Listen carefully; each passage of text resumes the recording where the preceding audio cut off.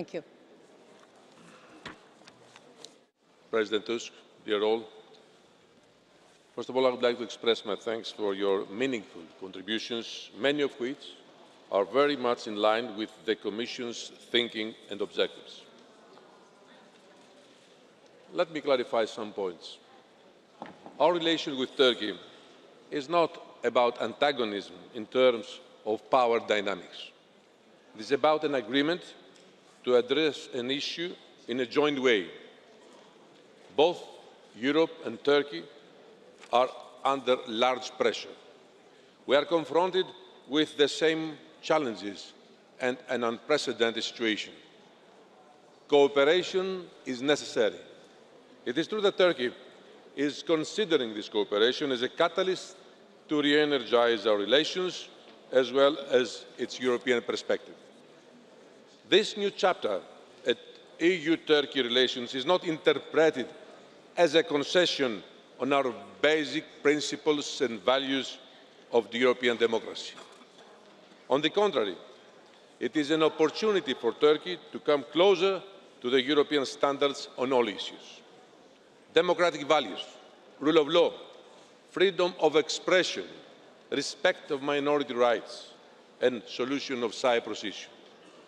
It is in Europe's interest to have a democratic and stable Turkey as a neighbour, and it is to the interest of Turkey to have the European Union as a stable supporter and partner. The refugee crisis brought us closer in a spirit of mutual understanding. It needs to be proved whether we mean what we say and what we agree. We are monitoring that every single aspect of this agreement happens in full accordance with European Union and international law. Don't have any doubt about it, and we persist on that. For example, the Turkish authorities have passed legislation to ensure protection for Syrians. We were very explicit to say to them that guarantees are needed for all those who are in need of protection, whether they are Syrians or non-Syrians.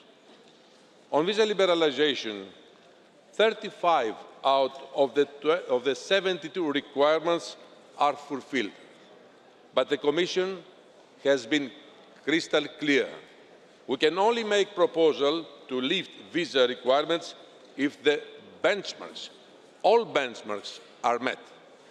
And Turkey knows this, and they are making efforts to further accelerate the fulfilment of the benchmarks if we want to lift the visa requirements by June 2016.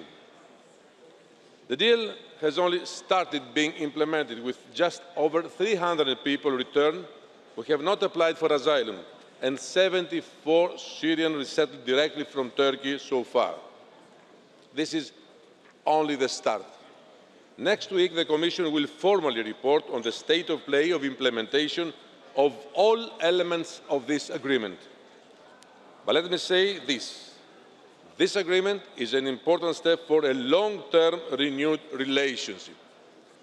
A common goal in that is also to come closer to one another when it comes to values, as I stressed in the beginning of my remarks. In the meantime, the Commission is heavily involved in the situation on the ground in Greece. We are doing everything to support Greece in expanding reception capacities, in making sure that vulnerable applicants, such as women and children, are being treated appropriately. Our people are there, deployed all around the Greek islands, also in Greece's mainland, providing our help to the Greek government, to the Greek authorities. Member States need to continue relocating massively from Greece. And I fully agree with what was said in this House today, that all Member States must take share of their responsibilities. Of the more than 50,000 people stuck in Greece, at least 70% are eligible for relocation. This is important for those stranded in Idomeni and Piraeus already before 20 March. Let's also look at other routes. The arrivals from Libya to Italy show that as long as there is instability, as long as there are smugglers taking advantage of this situation, people will continue to migrate. It is as simple as that. So we have to keep working on the bigger picture, on the larger picture. This means continuing our political efforts to bring back stability to Syria and Libya. This also means turning into reality our proposal for a European border and coast guard. We are very happy that this House presented a draft report and it has a timetable which reflects our commitments. We have no time to lose here. Indeed, summer is already there. This also means enhancing legal pathways to people do not have to resort to irregular. And I'd like to thank those members of this House who have raised this and support our view. Stepping up our efforts on resettlement is an essential part of the solution, primarily from Turkey now, but also from Lebanon and Jordan, which are hosting hundreds of thousands of refugees. I have said this before. If we genuinely want to close the irregular back door, we have to open a safe and legal window. Fortress Europe is neither desirable nor feasible, simply because as long as people have reasons to flee, they will continue to do so and they will continue to try to come to Europe.